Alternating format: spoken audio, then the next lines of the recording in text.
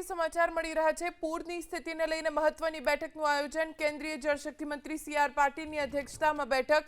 નાયબ મુખ્યમંત્રી હર્ષ સંઘવી પણ બેઠકમાં હાજર। બેઠક યોજી રાહત બચાવ કામગીરી અંગે માહિતી મેળવવામાં આવશે।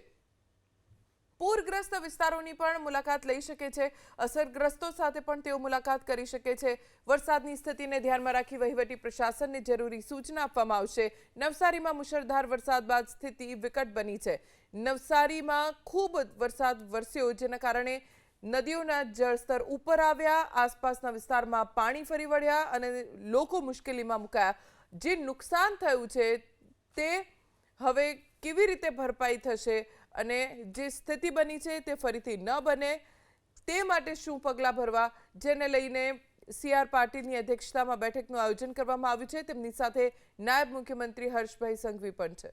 તે હવે કેવી રીતે ભરપાઈ થશે અને જે સ્થિતિ બની છે તે ફરીથી ન બને તે માટે શું પગલાં ભરવા, જેને લઈને સી.આર. પાટીલની અધ્યક્ષતામાં બેઠકનું આયોજન કરવામાં આવ્યું છે। તેમની સાથે નાયબ મુખ્યમંત્રી હર્ષભાઈ સંઘવી પણ છે।